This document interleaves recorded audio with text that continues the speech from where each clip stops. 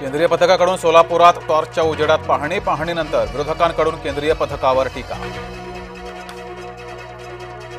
शेतकरी वाऱ्यावर आणि मुख्यमंत्री दौऱ्यावर पंतप्रधान मोदींचंही बिहारवर जास्त प्रेम। उद्धव ठाकरेंचा मोदींसह फडणवीसांवर निशाणा। निवडणुकीच्या तोंडावर ठाकरे गटाची नौटंकी भारी। शिवसेनेकडून उद्धव ठाकरेंच्या पाहणी दौऱ्यावर टीका। बँकेचा फायदा न करता कर्जमाफी शक्य आहे का? उद्धव ठाकरेंचा फडणवीसांना सवाल।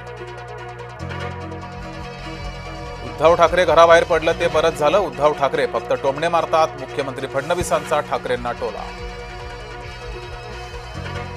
पुरावे दिले तरी निवडणूक आयोग गप्प। सुप्रिया सुळे यांची निवडणूक आयोगावर टीका। स्थानिक निवडणुकीच्या पार्श्वभूमीवर भाजपा ॲक्शन मोडवर। भाजपाकडून जिल्हा निवडणूक प्रमुख आणि प्रभारींची नियुक्ती। शिंदेंच्या बालेकिल्ल्यात गणेश नाईक निवडणूक प्रभारी। राहुल गांधी यांनी हायड्रोजन बॉम्ब फोडल्याचा दावा केला। हरियाणात 8 पैकी 1 मतदार बोगस। राहुल गांधींनी केले दावे। शिवसेना काँग्रेसच्या दावणीला बांधणाऱ्यांना धडा मिळाला। एकनाथ शिंदेंचा उद्धव ठाकरेंना टोला।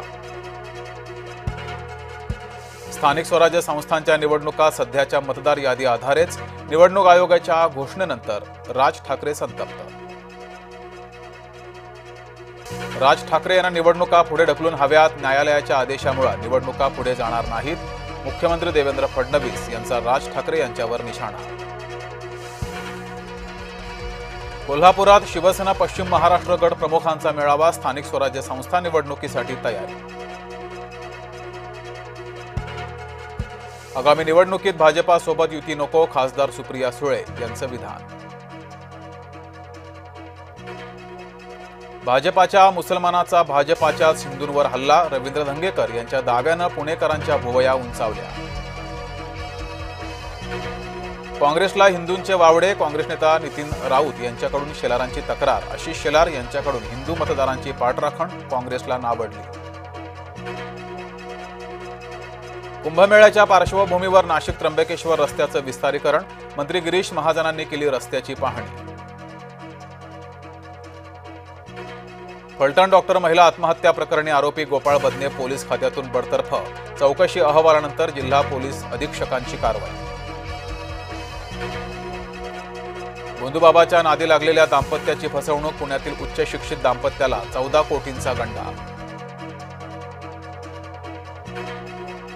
पुण्यात नेमकं चाललंय तरी काय? कोथरूडमध्ये 2 गटात हाणामारी। भर वस्तीत झालेल्या भांडणाचं कारण अस्पष्ट।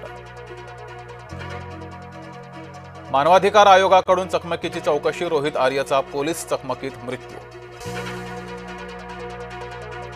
स्टारलिंक आणि राज्याच्या माहिती तंत्रज्ञान विभागाचा सामंजस्य करार। राज्यातील दुर्गम भागापर्यंत इंटरनेट सेवा पोहोचवणार। मुख्यमंत्री फडणवीसांनी व्यक्त केला विश्वास। उच्च न्यायालयाच्या आदेशानंतर वीज स्वस्त। महावितरणकडून इंधन अधिभार शून्यावर। नवी मुंबई विमानतळाला दिबा पाटलांचं नाव देण्याची याचिका फेटाळली। विमानतळाबाबत निर्णय देणं अधिकारात नाही। मुंबई उच्च न्यायालयानं स्पष्ट केली भूमिका।